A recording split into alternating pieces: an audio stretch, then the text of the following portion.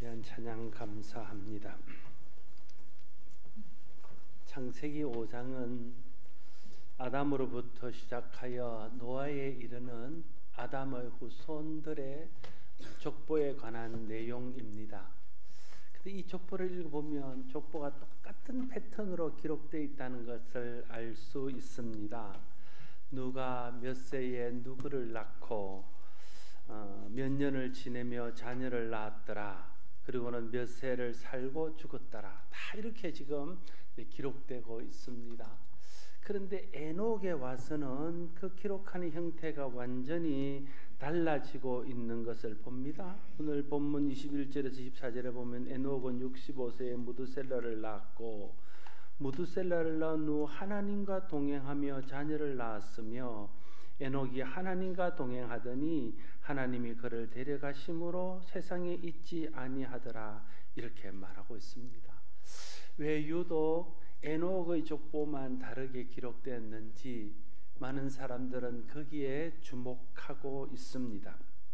에녹이 65세에 무두셀라를 낳았습니다. 그리고 무두셀라를 낳은 후에 300년을 하나님과 동행하며 자녀를 낳았고 365세에 하나님이 데려가심으로 에녹이 이 땅에 있지 않았습니다. 그리고 에녹의 아들인 무두셀라가 187세에 라멕을 낳습니다. 또 라멕이 182세에 노아를 낳았습니다. 무두셀라는 969세를 살다가 죽었습니다. 노아 때 하나님께서 세상에 악이 관영한 것을 보고 홍수로 심판을 하셨습니다. 그때 노아의 나이가 600세라고 성경은 기록하고 있습니다. 그래서 이걸 계산해 보면요, 노아의 나이 600세 때 이 땅에 홍수로 하나님이 심판하시는데 그때의 노아의 할아버지였던 무두셀라의 나이가 969세입니다. 그러니까 무두셀라는 하나님께서 물로 세상을 심판하시는 그 해에 죽었다는 이야기입니다.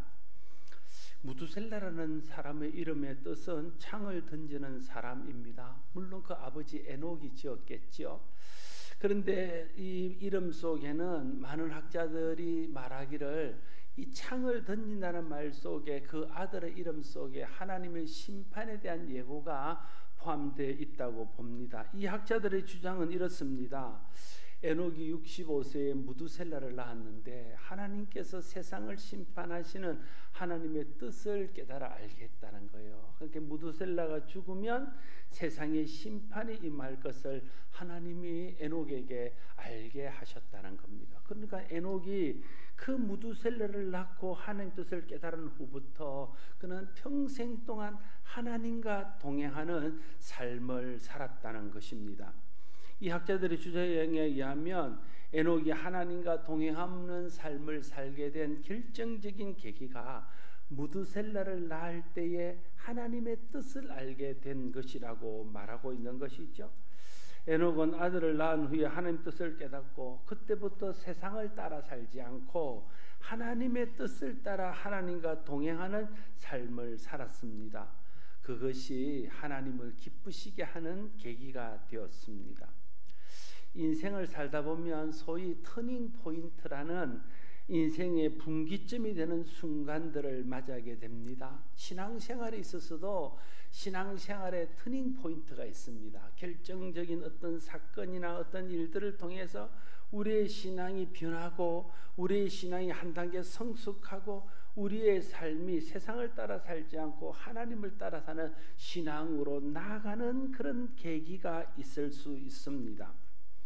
대부분의 믿음의 사람들, 성경에 나오는 믿음의 영웅들도 다 나름대로 그런 인생의 터닝 포인트 혹은 신앙의 분기점들을 경험했습니다. 우리가 잘 아는 믿음의 조상 아브라함은 여러 가지 그 인생의 전환점이 있었지만 특별히 100세에 주신 아들 이삭을 낳고 나서 이 아브라함의 신앙이 완전히 달라졌던 것을 볼 수 있습니다. 그전에는 실수도 하고 인간적인 방법으로 아들을 낳기도 했지만 자기가 불가능하다고 생각했던 것, 자기가 안 된다고 생각했던 것을 하나님께서 이루시는 것을 보고 100세가 되었을 때 하나님의 약속대로 그 아들을 주시는 것을 보면서 하나님은 약속을 지키시는 분이시구나, 하나님은 약속하시는 것을 이루시는 분이시구나, 그걸 깨달았다는 거예요. 그래서 그 이후에 하나님께서 아브라함을 시험하기 위해서 그 독자 이삭을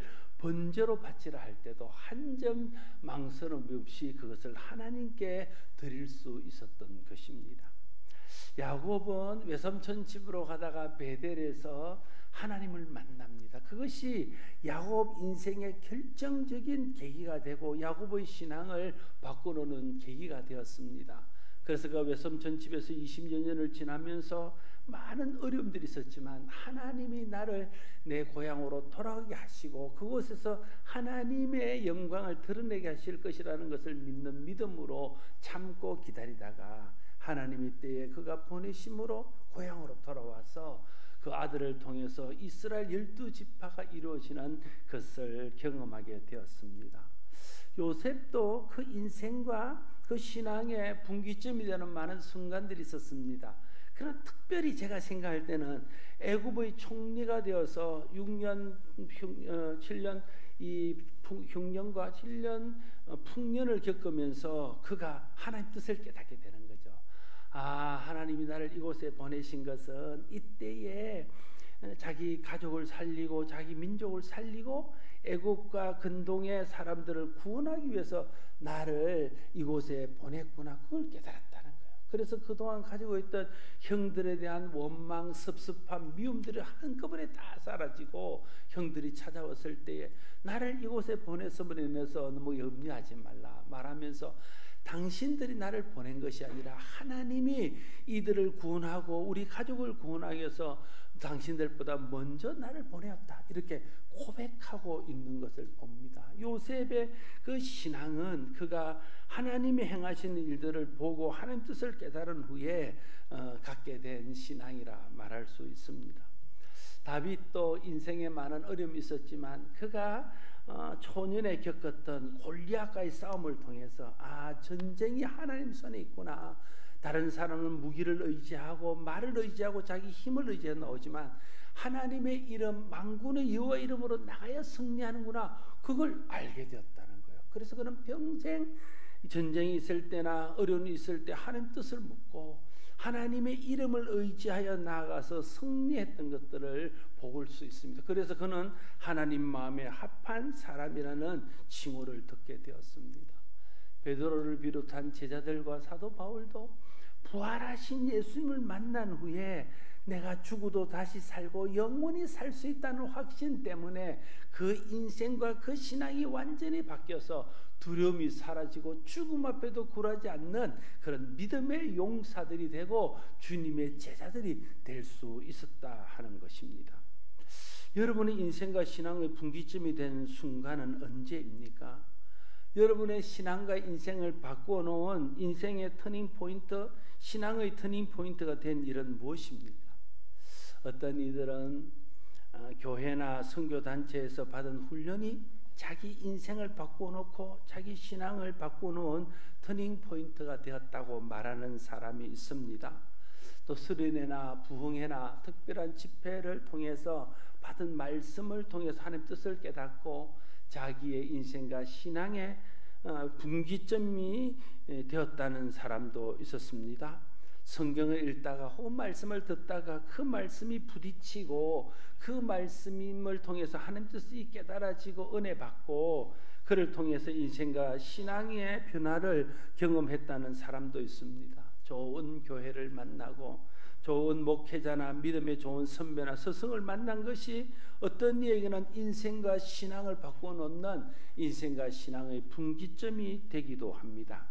좋은 책을 만나고 좋은 책을 읽고 깨달음으로써 인생과 신앙의 분기점이 되는 사람도 있습니다. 기도를 하고 기도 응답을 통해서 하나님 살아계셔서 우리의 기도를 이루시는 분이라는 것을 깨달은 후에 그 인생과 신앙이 변화된 사람도 있습니다.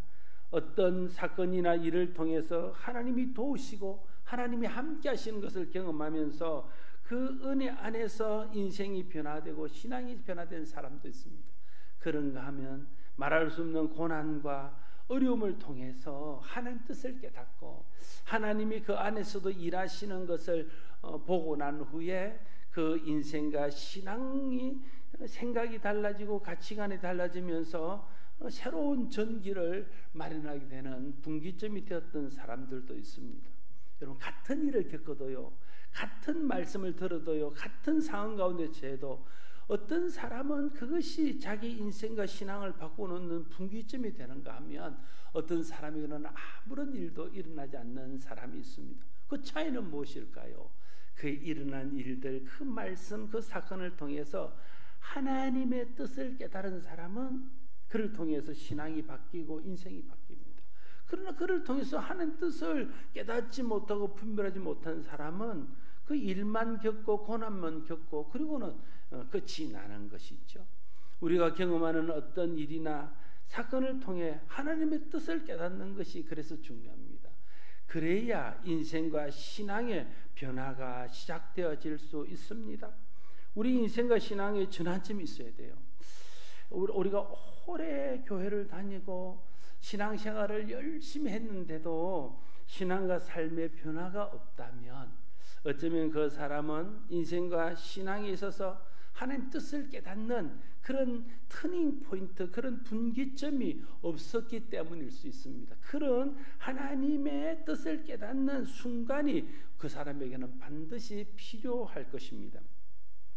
이사야 1장 3절 말씀 보면 소는 그 임자를 알고 나귀는 그 주인의 구유를 알건만은 이스라엘은 알지 못하고 나의 백성은 깨닫지 못하는도다 말씀하십니다. 이사야 44장 18절에도 그들이 알지도 못하고 깨닫지도 못하면 그들의 눈이 가려져서 보지 못하고 그들의 마음이 어두워져서 깨닫지 못함이라 말하고 있습니다. 왜 이스라엘 백성들이 하나님의 택함을 받고 하나님께서 가나안 땅에 그들을 정착시켜서 자기 백성 삼고 복을 주심에도 불구하고 왜 수시로 타락하고 범죄하고 이방인들을 따라 살고 이방 신들을 섬기며 하나님을 진노하게 하고 하나님의 심판을 받게 됐냐는 거예요. 이사야의 진단은 그들이 듣기는 들었는데 보기는 보았는데 그를 통해서 하나님의 뜻을 깨닫지 못해서 그렇다는 거예요. 그 일들 속에서 하나님이 보이시는 뜻을 깨닫지 못하기 때문에 자기 생각대로 살고 자기 욕심대로 살다가 결국은 망하는 길로 가게 되었다고 말하는 것입니다. 요한복음 1장 5절에도 빛이 어둠에 비침에 어둠이 깨닫지 못하더라 말하고 있습니다. 예수님이 하나님의 아들이 구원자가 이 땅에 오셨음에도 불구하고 사람들이 그것을 깨닫지 못함으로 영접지 아니하고 깨닫지 못함으로 박해했다는 것입니다. 골로새서 1장 6절 말씀은 이 복음이 이미 너희에게 이르매 너희가 듣고 참으로 하나님의 은혜를 깨달은 날부터 너희 중에서와 같이 또한 온 천하에서도 열매를 맺어 자라는도다 말하고 있습니다. 하나님의 말씀 복음을 깨달고 난 후부터 그들의 신앙이 자랐다는 거예요. 깨닫고 난 후부터 그들에게 열매가 열리기 시작했다는 것입니다. 깨닫는 것이 얼마나 중요한가 하는 것을 알 수 있습니다. 깨닫지 못하면 하나님의 진노와 하나님의 심판으로 자꾸 나가게 되는 거죠. 깨닫고 돌이키면 하나님의 은혜로 자라가는 대로 열매 맺는 대로 나아갈 수 있다는 사실을 말씀하고 있는 것입니다. 그래서 어떤 일이나 우리가 겪는 어떤 사건보다 더 중요한 것은 그를 통해서 하나님이 우리에게 보여주시고 들려주시기를 원하시는 하나님의 뜻을 깨닫는 것이 중요합니다. 내가 어떤 일을 겪습니다. 그 일을 겪는 것에는 우리가 하나님의 자녀인데 아무 이유 없이 그냥 우연히 겪는 일은 없습니다. 그 속에는 틀림없이 하나님께서 내게 말씀하시고 내게 보여주시고 나를 깨닫게 하시기를 원하시는 하나님의 뜻이 그 안에 있다는 거예요. 그래서 그를 통해서 하나님 뜻을 깨달으면 그러면 그것이 어떤 일이든 좋은 일이든 나쁜 일이든 그게 내 영혼과 내 인생과 내 신앙에 유익이 될 수 있다는 거예요. 그래서 깨닫는 것이 은혜라고 말하는 것입니다. 우리에게 주어지는 말씀이나 일어나는 사건 그 자체가 하나님의 목적은 아닙니다. 우리 성경에 기록한 대로 사람이 고생하는 것이 하나님의 본심이 아니에요. 우리가 고생하고 힘드는 것이 하나님의 목적이 아니라니까요. 그를 통해서 우리를 단련하고 순금같이 나오게 하고 하나님의 뜻을 이루게 하는 것이 하나님의 목적이라는 거예요. 그 하나님의 뜻을 발견하는 것이 중요하고 그런 일들을 통해서 그 하나님의 뜻을 깨닫는 것이 중요합니다. 그래서 내게 일어나는 일이나 내가 들려지는 말씀보다 중요한 것은 그를 통해서 하나님의 뜻을 보고 하나님의 뜻을 깨닫는 것이 하나님의 목적임을 기억해야 할 것입니다. 먼저 하나님의 뜻을 깨달아야 됩니다.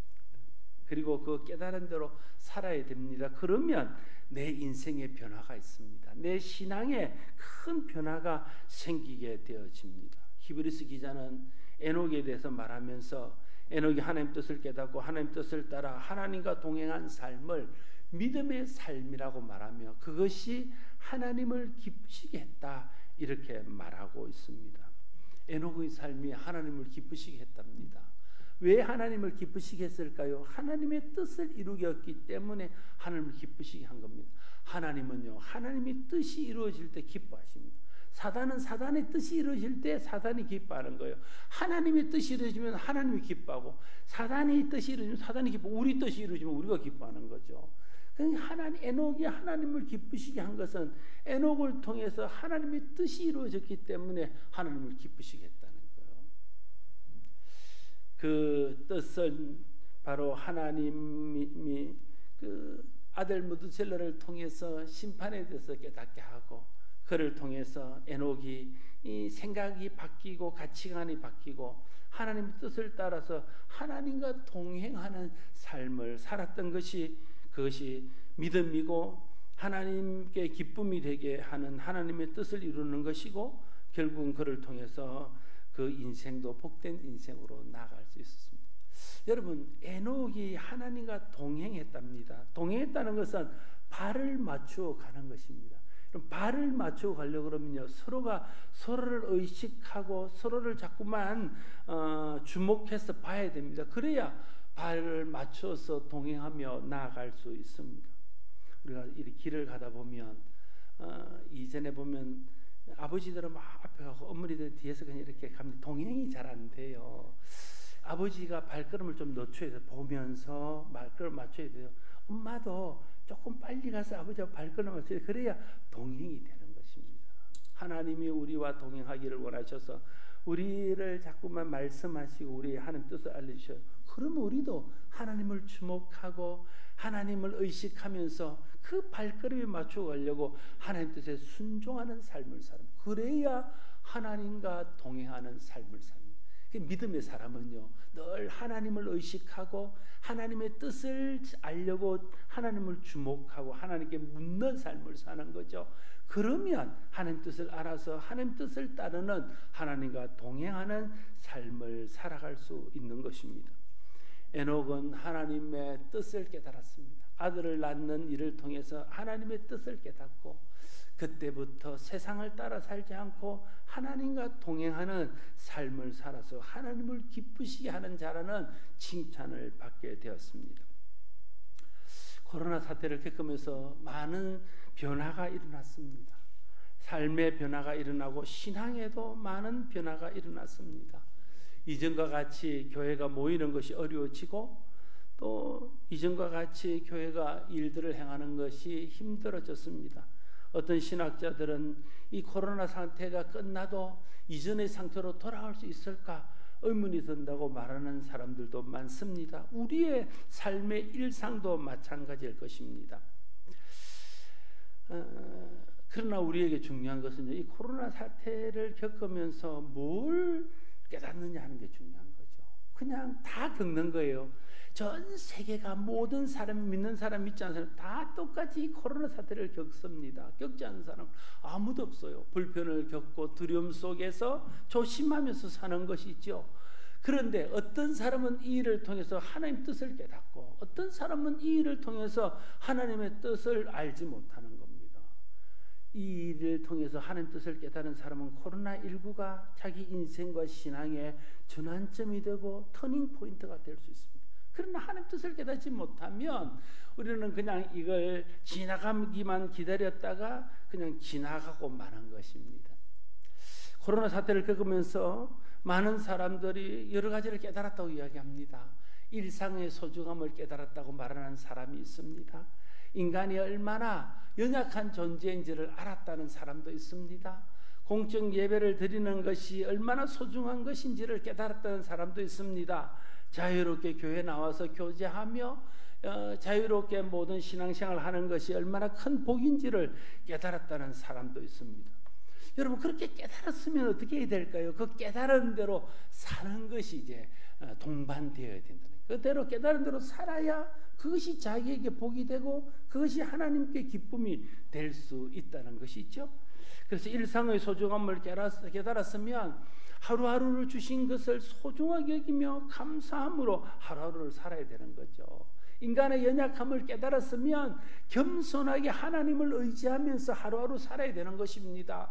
예배와 주님을 섬기는 일에 이게 얼마나 큰 복인지를 알았으면 예배하는 일에 마음을 쏟고 정말 우리가 예수 잘 믿어야 되는 겁니다. 그래야 이 깨달은 것이 복이 되고 이 깨달은 것이 하나님께 영광이 되고 이 깨달은 것을 통해서 우리의 인생과 신앙이 새로운 변화된 모습으로 나아갈 수 있게 되는 것입니다. 코로나19 이전과 코로나19 이후는 분명히 다를 것입니다. 우리 안에서도 코로나19를 통해서 하나님 뜻을 알기를 원하고 내게 하나님이 뭘 말씀하시고 이 일을 통해서 내게 뭘 보여주시고 우리 민족에게 우리 교회에게 이 일을 통해서 우리에게 어떻게 나아가기를 원하는지를 생각하고 묻고 저 성령과 말씀을 통해서 그것을 깨달은 사람은 정말 좋은 방향으로 코로나19가 내게 유익이었다고, 코로나19가 내 삶을 변화시켰다고, 코로나19가 내 신앙을 새롭게 했다고 고백할 수 있는 자리로 나아갈 수 있습니다. 그러나 이 일을 통해서 하나님 뜻을 생각하지 않고 빨리 지나가기만 생각하고 불평하고 원망하고 그렇게 하다가 지나가다 보면 이 일은 지날 수 있으나 그 일이 지나고 난 후에 나는 신앙적으로 어떤 유익도 인생의 어떤 깊어지는 경험도 하지 못한 채 지나갈 수 있게 된다는 것입니다. 마태복음 24장 38절 39절에 홍수 전에 노아가 방주에 들어가던 날까지 사람들이 먹고 마시고 장가들고 시집가고 있으면서 홍수가 나서 그들을 다 멸하기까지 깨닫지 못하였으니 인자의 임함도 이와 같으니라 말하고 있습니다. 노아의 홍수가 있을 때나 주님이 오실 때나 같은 징조가 있다는 거예요. 사람들이 깨닫지 못해서 자기 속인의 어른대로 살면서 먹고 마시고 장가고 시집가고 하는 자기만을 위해서 사는 삶에 자기 뜻을 따라 살고 세상의 즐거움을 위해서 사는 일에만 집중하지 하나님의 뜻을 깨닫지 못하고 하나님의 뜻을 알지 못하고 하나님의 뜻을 따르려고 하지 않았다는, 그러다가 심판을 받고 그러다가 우리 인생도 주님 오시면 낭패를 당하게 될 것이라는 것이 마태복음 24장의 말씀입니다. 성경에서 깨닫는다는 말의 의미는 하나님의 뜻을 깨닫는 것을 말합니다. 아무리 많은 것을 깨달아도 하나님 뜻을 깨닫지 못하면 깨닫지 못한 겁니다. 코로나19를 겪으면서 인생의 많은 것들을 깨달았다 할지라도 그를 통해서 우리에게 말씀하시고 우리에게 알게 하시고 우리에게 보여주시기를 원하시는 하나님 뜻을 깨닫지 못하면 신앙적으로는 코로나19를 겪으면서 우리는 아무것도 못 깨달은 것입니다. 코로나19 사태를 비롯해서 우리 인생에 일어나는 모든 일이 하나님께서 우리에게 하나님 뜻을 깨닫게 하기 위해서 주시는 일일 것입니다. 그래서 그 뜻을 깨닫는 것이 중요합니다. 그 뜻을 깨달으면요, 그 어려움도 내게 유익이고 그 어려움도 하나님이 주시는 복이라는 사실을 고백하면서 원망과 불평이 걷히고 하나님을 찬양하고 하나님 앞에 감사하는 삶으로 나아가서 하나님의 영광을 드러내고 하나님 기뻐하는 삶을 살게 될 것입니다. 하나님의 뜻은 구원에 있습니다. 하나님 뜻은 회복에 있습니다. 하나님 뜻은 합력하여 선을 이루는 곳에 있습니다. 그걸 우리가 깨달아야 되는 거죠. 그래서 오늘 모든 일을 통해서 하나님 뜻을 깨달으면 그 깨닫는 것이 은혜가 되고 유익이 됩니다. 코로나19 사태도 이와 다르지 않습니다. 에녹은 아들 무두셀라를 낳을 때에 하나님의 특별한 뜻을 깨달았습니다. 그리고 이제 그 하나님의 뜻에 순종하며 그 하나님의 뜻을 따라 살기로 마음을 정하고, 그래서 300년 동안 그는 하나님과 동행하는 삶을 살았습니다. 그것이 에녹의 전 생애와 신앙을 통해 하나님을 기쁘시게 한 이유가 되었습니다. 하나님 뜻을 이루어지면 하나님 기뻐하십니다. 하나님 뜻이 이루어지면 하나님 영광 받으십니다. 우리가 살아가는 동안 수없이 많은 일들을 겪게 됩니다. 그 일들 속에서 하나님 뜻을 깨닫고 하나님 뜻에 순종하면 우리 인생 전체가 하나님 영광이 되고 하나님이 기뻐하시는 것이 됩니다. 그럼 우리도 그 안에서 함께 하나님 영광을 누리고 하나님과 동행함으로 하나님의 보살핌, 하나님의 도우심, 하나님 인도함 속에서 복을 누리며 살아갈 수 있게 되는 것이죠. 그러나 하나님 뜻을 깨닫지 못하면 내 속에는 어른대로 살고 세상의 유혹을 따라 살고 내 욕심을 따라 삽니다. 그럼 하나님 영광은 내 삶을 통해서 드러나지 않습니다. 하나님을 기쁘시게 하는 삶도 살지 못합니다. 하나님이 주시는 좋은 것들, 하나님 주시는 은혜들, 하나님 주시는 복도 내가 누리지 못하고 살게 되어집니다. 하나님 뜻을 깨닫는다는 것은 하나님께는 영광이 되고 하나님 기쁘게 하는 계기가 되고, 하나님 뜻을 깨닫는 것은 나도 진정한 의미의 복을 누리는 삶으로 나아가는 기회가 된다는 사실을 기억해야 됩니다. 코로나 사태를 겪으면서 아직 끝나지 않는 이 성소에서 여러분 무슨 생각을 가지고 살고 있습니까? 하나님의 뜻을 알기를 소원하십시오. 하나님께 물으십시오. 하나님, 이 일을 통해서 이 나라, 이 민족에게 무엇을 말씀하기를 원하십니까?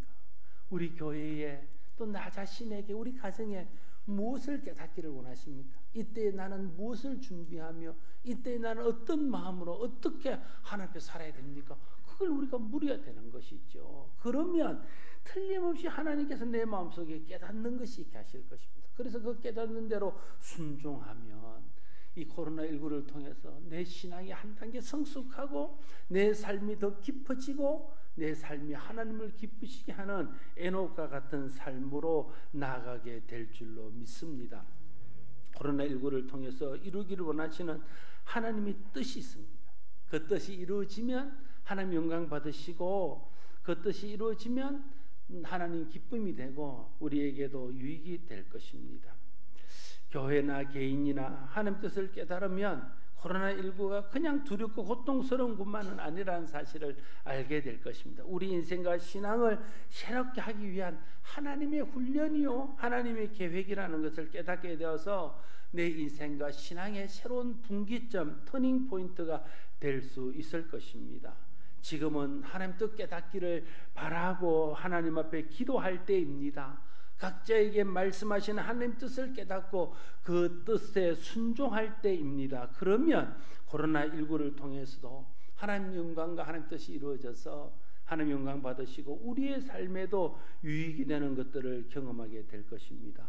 힘들고 어려운 시기를 살아가면서 그냥 힘들고 어려운 것으로 끝난다면 그 하나님이 이 일을 통해서 우리에게 주시기를 원하시는 유익을 얻지 못하고 하나님 기쁨도 되지 못할 것입니다. 그러나 이 일을 통해서 하나님 우리에게 알게 하시기를 원하시는 하나님 뜻을 깨닫게 되면 코로나19가 힘들지만 이를 통해서도 하나님 영광을 돌리고 하나님께 기쁨이 되고 또 우리 삶에도 유익이 되는 경험을 하게 될 것입니다. 저와 여러분들이 이 일을 통해서 하나님 뜻을 깨달아서 이런 영광이 되는 삶, 기쁨이 되는 삶으로 나갈 수 있기를 바랍니다. 기도하겠습니다. 아버지 하나님, 에녹은 무두셀라를 낳은 후 하나님의 뜻을 알아서 하나님과 동행함으로 하나님께 기쁨이 되었습니다. 코로나19를 겪으면서 하나님 왜 이 일을 허락하셨는지, 왜 세계적으로 이 일들이 이렇게 번성하게 되었는지를 생각합니다. 그저 이 일이 불편하고 힘들어서 불평하고 짜증만 낸다면, 그리고 두려워하기만 한다면 이것이 우리에게 어떤 유익도 되지 못할 것을 압니다. 그러나 하나님께 기도하고 주님께 묻고 하나님 뜻을 깨닫고 그 뜻에 순종하면 이를 통해서도 하나님 영광이 드러나고 이를 통해서도 우리에게 큰 유익이 될 줄로 믿습니다. 겸손히 하나님 뜻을 묻고 그 안에서 하나님 뜻을 발견해서 하나님께 영광 돌리고 우리도 그 안에서 신앙적으로 인생의 새로운 전환점을 마련하며 그를 통해서 더 크고 은혜로운 자리, 더 복된 자리로 나갈 수 있는 우리 모두가 되게 하여 주시옵소서. 예수님 이름으로 기도드립나이다. 아멘.